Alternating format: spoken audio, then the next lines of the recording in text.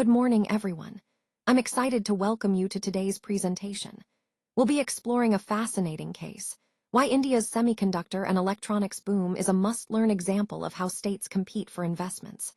We'll see how businesses make location decisions based on factors like cost, incentives, talent, and logistics data. The title of today's talk is A Case in Location Strategy for MBAs, published recently in December 2025. Over the next few slides, we'll dive into why electronics and chip firms are increasingly choosing new Indian states, and what this means for operations, location strategy, macroeconomics, and public policy. So let's get started. As we look at the current landscape, we see that electronics and chip-making firms are increasingly moving beyond the traditional hubs like Noida, Chennai, Pune, and Bengaluru. This shift is driven by the need for newer, more strategic locations to support growth. For example, Goa is emerging as a hotspot for tech investment, especially in manufacturing expansion, attracting companies looking to diversify their supply chains. Similarly, Madhya Pradesh is positioning itself as a new electronics destination, offering benefits like better infrastructure and incentives. Jammu and Kashmir is gaining attention as an emerging semiconductor hub, aiming to tap into specialized talent and resources.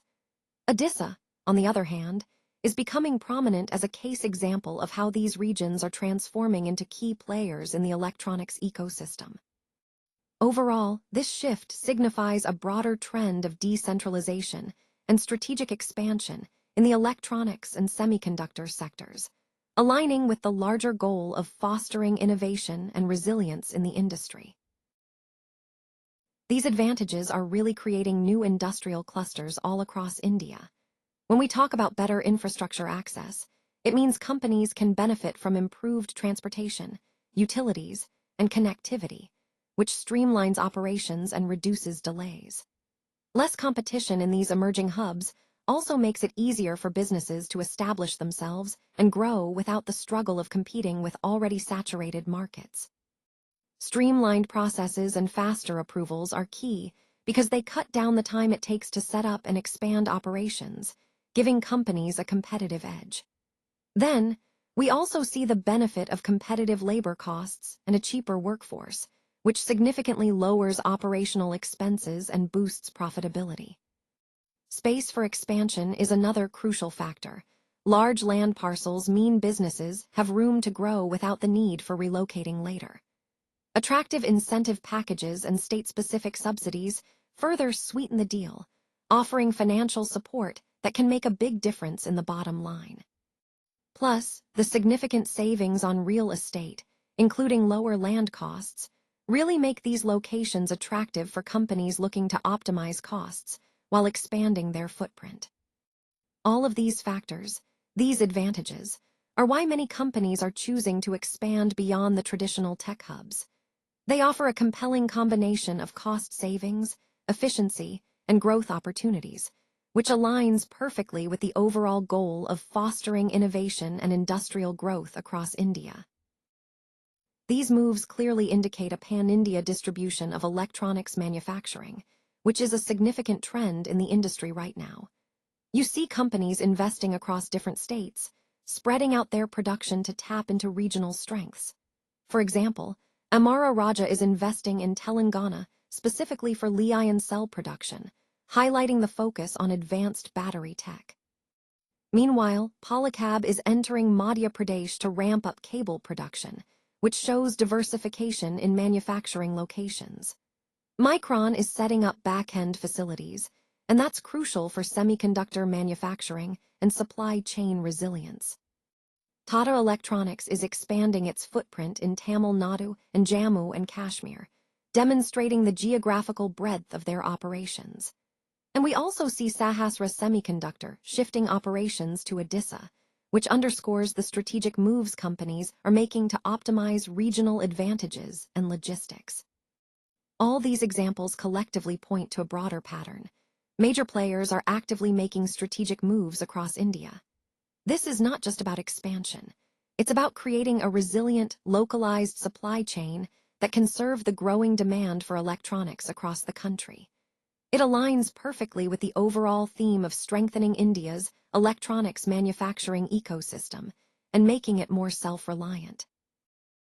Now, let's look at some key insights into what makes a location truly attractive for business. Essentially, it's a combination of policy, land, and logistics. These three elements create a powerful formula for location attractiveness. When policies are supportive, land is available and affordable, and logistics networks are efficient, companies see real value in setting up shop here. Additionally, the ecosystem partnerships between ITI and polytechnics play a crucial role. They help foster skill development, ensuring a steady pipeline of skilled workers to meet industry demands. This collaboration enhances the overall talent pool, making the location even more appealing for manufacturing and other sectors. Infrastructure investments also matter a lot. Think about high-speed highways, industrial corridors, and logistics parks. These infrastructure projects streamline movement, reduce costs, and improve supply chain efficiency. On the financial side, we see incentives like tax rebates, SGST refunds, and power tariff subsidies. These are designed to lower operational costs and attract investment. State industrial policies further reinforce this attractiveness by providing a conducive environment for growth. For example, productivity-linked incentives, or PLI schemes, are vital. They boost manufacturing viability by rewarding companies for increasing output and efficiency. And it's important to recognize the broader government push behind all this. Policy initiatives and strategic schemes are actively encouraging investment and industrial development. All these factors together, policy support, land availability, logistics infrastructure, skill development, and financial incentives, create a compelling environment for industries to grow and thrive. Now, let's talk about the emerging growth hotspots, Tier 2 and Tier 3 states. These areas are really becoming the new centers of expansion. You'll notice that large campuses are popping up rapidly here, which allows for quick scaling of operations.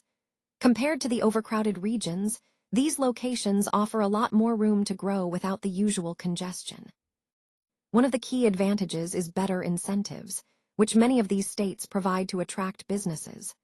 Plus, having multiple factory locations helps in risk diversification, so you're not relying on a single site, which adds stability to your supply chain. Speaking of supply chains, these regions also enable enhanced efficiency, thanks to clustering effects, both in land and operational setups. This clustering leads to significant cost reductions, often in the range of 30 to 40%, translating into a real economic advantage for companies. Overall, shifting focus to these Tier 2 and Tier 3 states is a strategic move that offers scalability, risk mitigation, and cost savings, making them crucial players in the future growth landscape. Let's take a closer look at what operations managers are really evaluating when they choose a location. First up is workforce reliability. This means not just having enough workers, but ensuring their stability and dedication over time. Labor stability is crucial because it reduces turnover and keeps operations running smoothly. Then there's efficient bureaucracy, how streamlined and digitized the approval systems are. A quick digital process can save a lot of time and frustration, making it easier to start and expand operations. Next, we consider logistics connectivity. Being close to ports and highways is a game changer because it means faster, cheaper transportation of goods. Reliable utility supply is also key. Stable electricity and water are non-negotiable for continuous production. And finally, ready infrastructure for immediate setup, like plug-and-play industrial parks, can significantly cut down on initial delays. All of these factors together form the new state playbook. They're about creating an environment where operations can be as efficient, predictable, and scalable as possible. When these elements come together, they help companies thrive and grow in a competitive landscape. However, it's important to recognize that states are now actively working to close these gaps.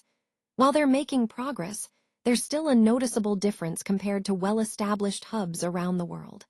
One of the key challenges we face is supply chain delays, which can disrupt operations and increase costs. There's also the potential for governance changes, which could impact stability and the overall business environment. Speaking of stability, political stability risk remains a concern in some regions, and it's something we need to keep in mind when planning long-term investments. At the same time, the ecosystem here is still maturing. Developing logistics infrastructure and systems takes time, and local workforce training is crucial to support that growth. We also need to focus on upskilling, addressing initial skilled workforce gaps and talent shortages that could limit our ability to scale effectively. All of these factors, risks and challenges, are interconnected.